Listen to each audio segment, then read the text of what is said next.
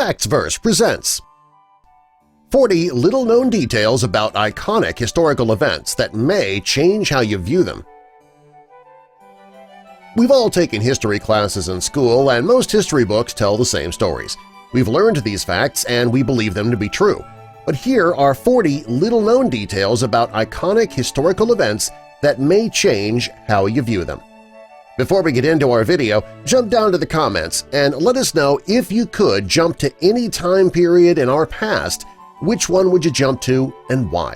Also, be sure to subscribe and click the notification bell so you don't miss our future videos.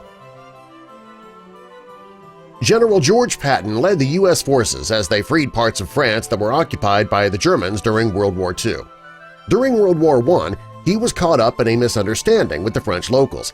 They stumbled upon what they believed to be an American grave left behind by the soldiers. Patton wanted to be there, so they brought him to the site. It turned out to be an American latrine used by the soldiers who once occupied the area. In 1842, the Germans had a crazy plan. They were going to send a large part of their population to Texas to colonize it. This would have given Germany their own home in America's South. 5 years later, they sent 5,000 people to the U.S. to start this mission. They even sent an additional 2,000 Germans in 1853, but apparently the plan never worked. In 1579, Sir Francis Drake reached the West Coast and he laid claim to a large portion after getting permission from the natives. The Crown wasn't interested in the West Coast or the U.S., so Britain never took control. During World War II, the Japanese fighters got creative when it came to getting bombs across the Pacific Ocean to the U.S. They attached the bombs to hydrogen balloons. The journey was supposed to take 60 hours, but most of them fell out of the sky. Experts believe there still might be some undetonated active bombs out there.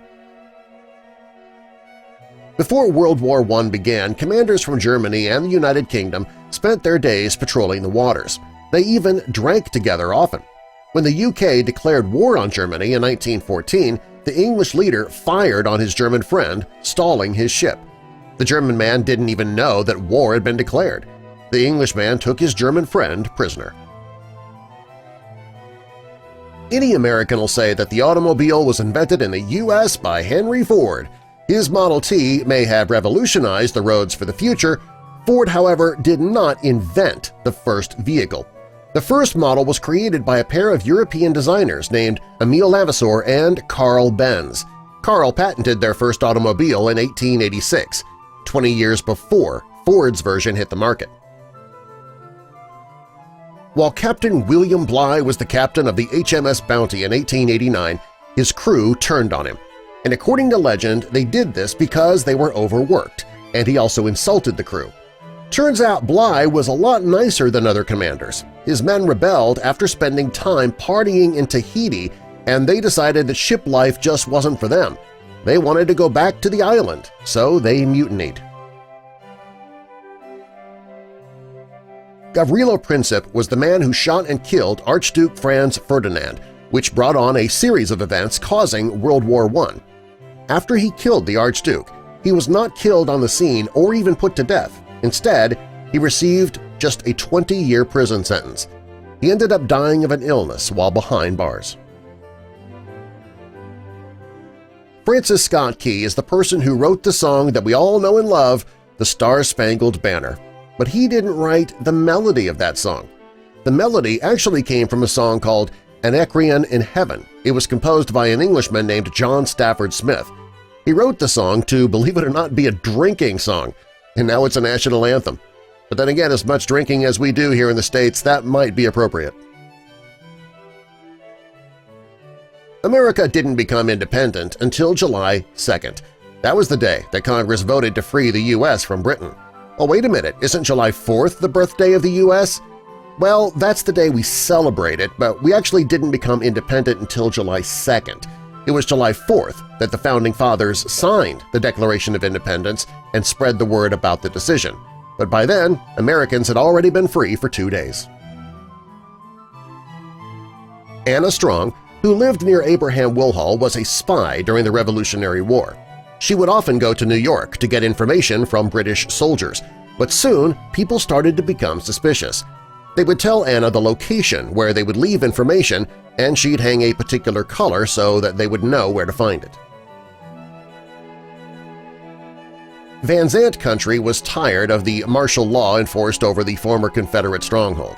They decided to leave Texas and the United States. The plan never happened because government forces shut it down. Andrew Jackson thought the Democrats were, well, jackasses, so he represented the Democrats with a donkey from 1828 on.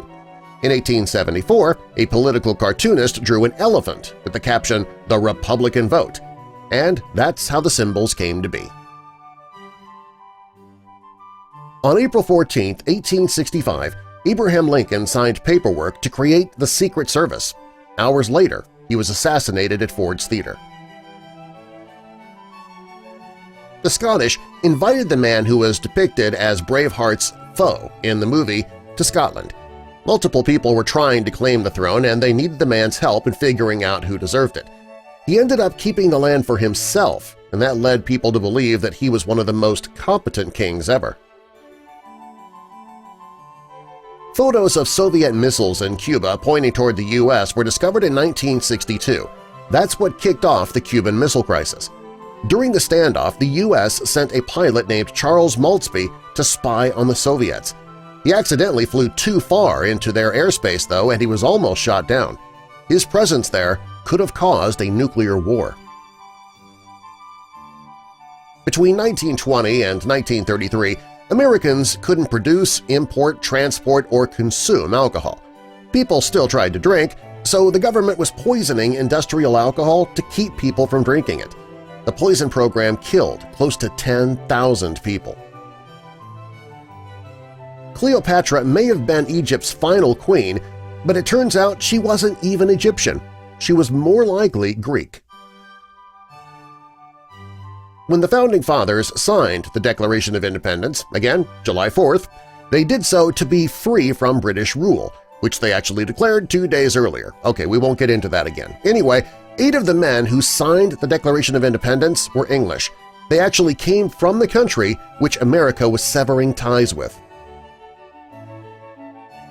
Samuel Wilson fought during the Revolutionary War, and then he went back to civilian life working as a meat packer in New York.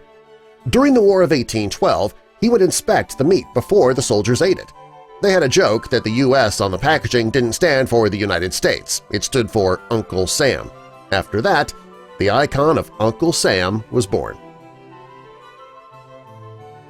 After the Revolutionary War, the people of North Carolina were tired of their new state and new country, and they wanted to secede from North Carolina.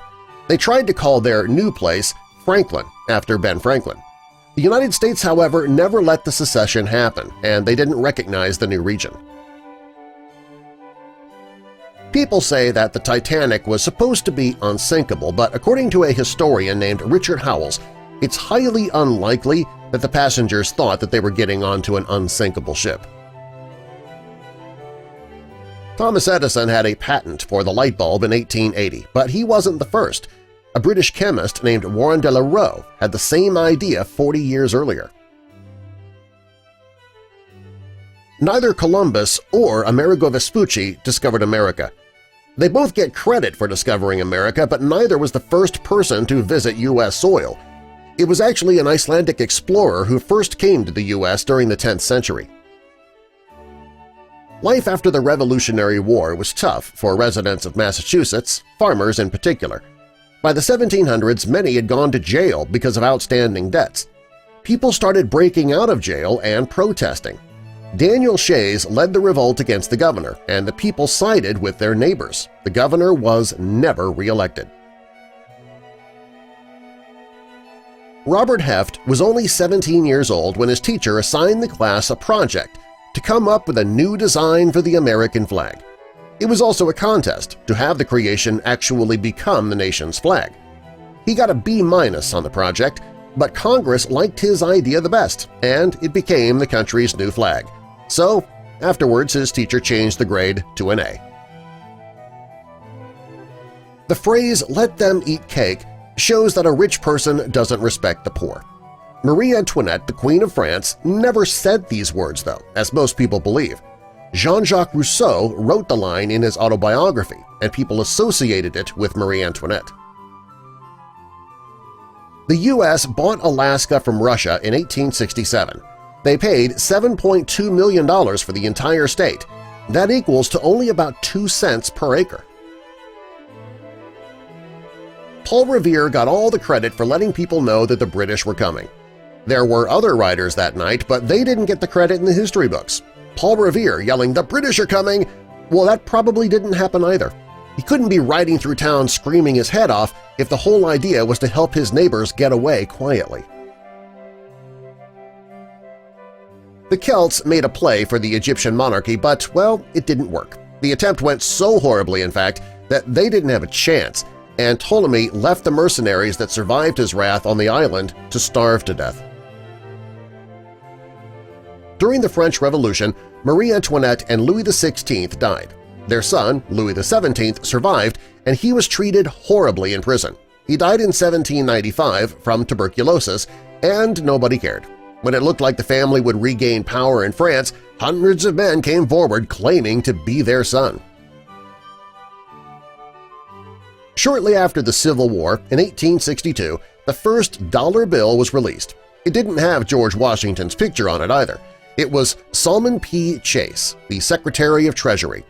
He designed paper money, so he put his face on the first banknote. Later it was changed to George Washington. During the Salem witch trials in Massachusetts during the late 17th century, nobody was burned at the stake. Those who were said to be guilty of witchcraft were actually hung. People believe that the Pilgrims came to America because of religious persecution. The truth, however, is that many got onto the Mayflower simply because they wanted fewer religions in their community.